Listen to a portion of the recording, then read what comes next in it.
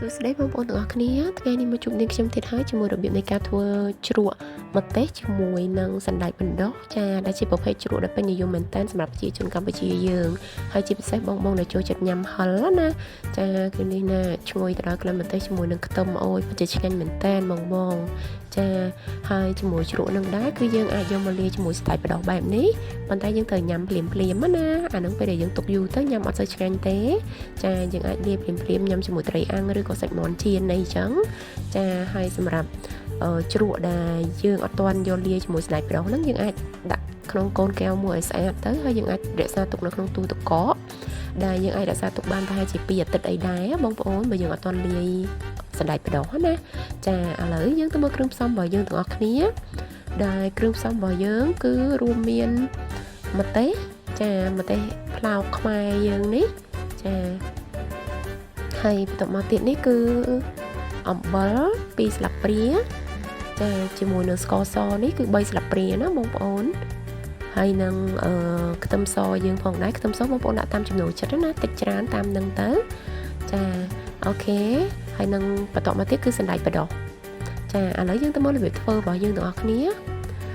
ដល់ដំបូងឡើយម្ទេសហ្នឹងគឺយើងត្រូវកាត់ក្បាលកាត់តងនឹងឲ្យស្អាតទៅបងប្អូនហើយយើងវាជាពីរបែបនេះណាហើយសម្រាប់បងប្អូនចូលចិត្តហឹលគាត់មិនបាច់ចាំបាច់យកគ្រាប់នឹងចេញក៏បានដែរប៉ុន្តែសម្រាប់ដែលបងប្អូនដែលគាត់អត់សូវចង់ញ៉ាំហឹលគាត់អាចយកគ្រាប់នឹងចេញបានហើយនឹង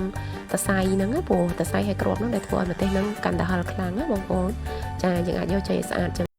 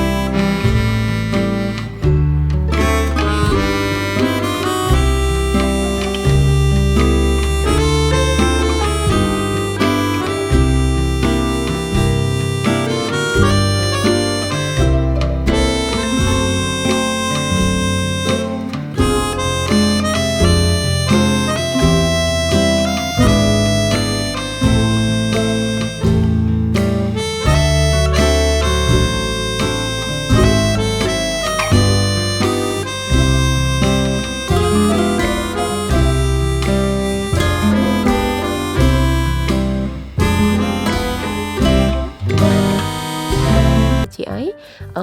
ម្ទេសនេះយើងត្រូវបកសបកចេញអញ្ចឹងណាបងប្អូនចារៀងវ៉ាក់ទីបងប្អូនអាចពាក់ស្រោមដៃដូចនាងខ្ញុំព្រោះកាហាយដៃណាចាអញ្ចឹងយើងបកវាឲ្យស្អាតមកបើបងប្អូនអត់បកក៏អត់អីដែរតែគ្រាន់តែពេលយើងញ៉ាំទៅវារៀងស្កាត់វាអត់សូវឆ្ងាញ់ដូចពេលដែលយើងបកសបកចេញអស់ណា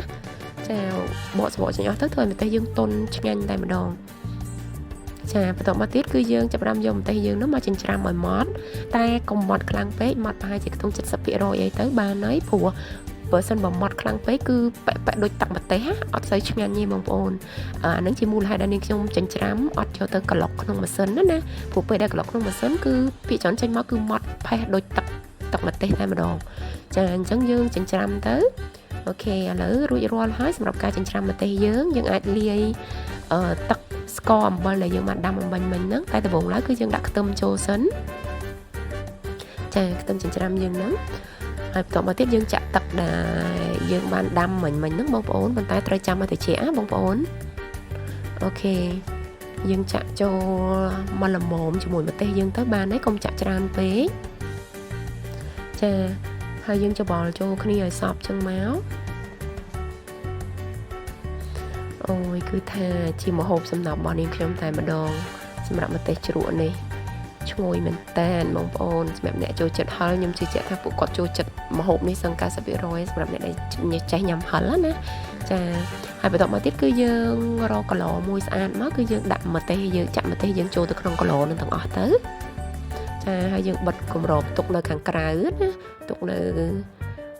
មិនទុកក្នុងទូទឹកកកឯណាបងប្អូនគឺទុកនៅខាងក្រៅចាយើងទុករយៈពេលមួយយប់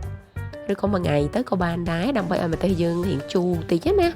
ចាឥឡូវបន្ទាប់ពីមួយថ្ងៃមកស្អែកមកគឺនេះម្ទេសយើងគឺបានជូរល្អហើយចាយើងមកបើកគម្របមើលទាំងអស់គ្នាអូខេអូគឺថាក្លិនឈ្ងុយមែនតើ